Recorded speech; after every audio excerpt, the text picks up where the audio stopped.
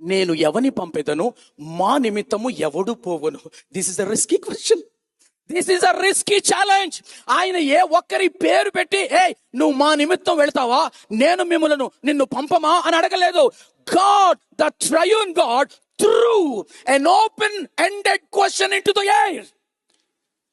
మేము ఎవని పంపుదము, మా నిమిత్తము ఎవడు పోవను. ఆ ప్రశ్నను యెషయా అందుకున్నాడు. యెషయా అందుకొని, చిత్తగించుము, నేనున్నాను, నన్ను పంపము. This is a risky thing.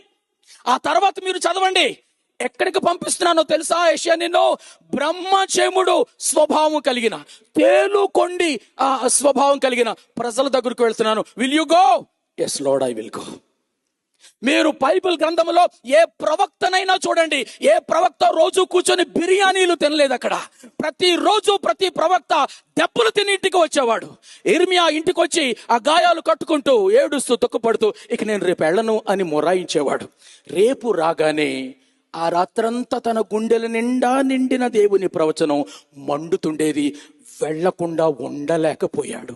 అంటాడు, వెళితే వారు తనుతున్నారు, ఇక్కడ కూర్చుంటే నువ్వు నన్ను మండిస్తున్నావు, ఎక్కడ చచ్చేది?